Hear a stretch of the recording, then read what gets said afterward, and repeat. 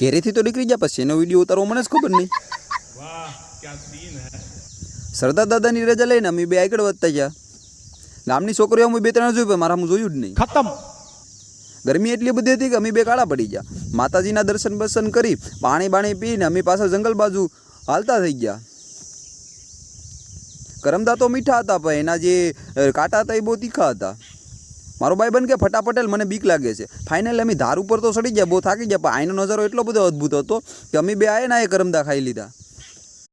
ઘેરેથી તો નીકળી ગયા પછી એનો વિડીયો ઉતારવો મને જ ખબર નહીં.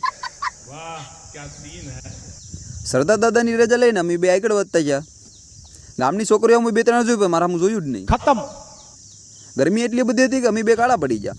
માતાજીના દર્શન બર્શન કરી પાણી બાણી પીને અમે પાછા જંગલ બાજુ હાલતા થઈ ગયા.